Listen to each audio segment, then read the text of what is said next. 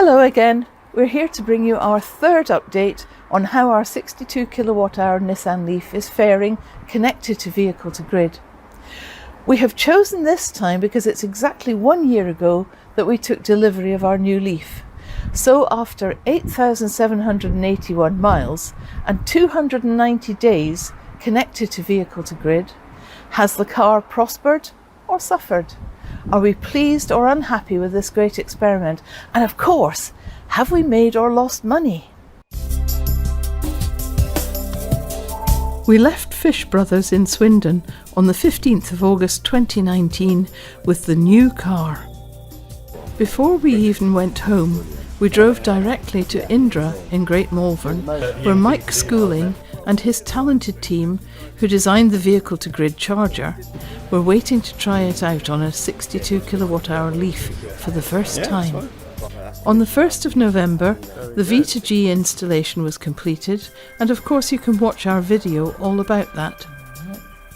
We made another video in February that included some rather vague results, but since then the car has always been connected to the grid via the V2G system when at home.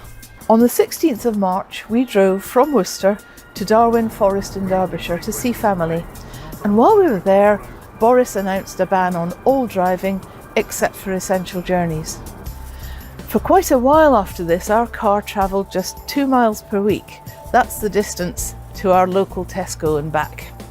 You may remember we had previously set Kaluza to have the car charged to 90% by 9 AM every day. By the first Friday of lockdown, we realised it would be sensible to change this. We reset the Kaluza app to always retain 35%, but not charge higher than 70%. Most importantly though, we abandoned altogether our ready buy requirement. A spread of 35% to 70% seemed reasonable, and our thinking was if the car was going to be idle, we would rather have the battery being charged and discharged a reasonable amount every day, rather than sitting here, say at 60% for a week after week. So, in effect, we gave the grid 22 kilowatt hours of battery to play with as and whenever it wished. The effect was immediate and dramatic. Let's see what happened. Here are two typical charge-discharge graphs from just before we changed things. Charging the car in the early hours to reach 90% by 9 AM, and discharging to support the grid from around 4 PM, tailing off around 10 PM. Now compare these two example days. Although we allowed the grid to use 22 kilowatt hours of our battery's 62 kilowatt hour capacity, on Saturday the 28th, the car took 31.6 kilowatt hours from the grid and sent 25.6 kilowatt hours back. In other words, that 22 kilowatt hours was used more than once during each 24-hour period. 35% of our battery was obviously plenty, and we felt it kept the charge-discharge range within sensible limits for a car that was essentially otherwise sitting idle.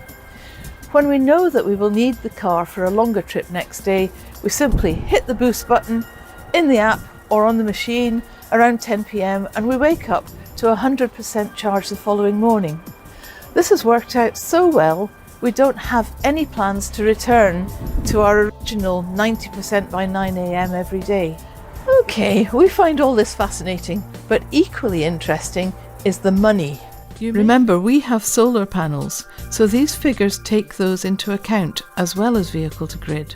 The headline news though is that from April onwards we have made an overall profit on our energy bills every month. Pause the video and examine our figures as much as you like.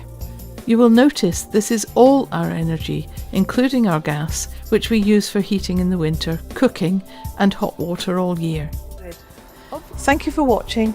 And thank you for all the many really interesting comments and questions on our previous videos. We do answer every one, so don't be shy. If you have a question, type away. Please do all the usual stuff, like, comment, subscribe, hit that notification bell, and we'll see you next time.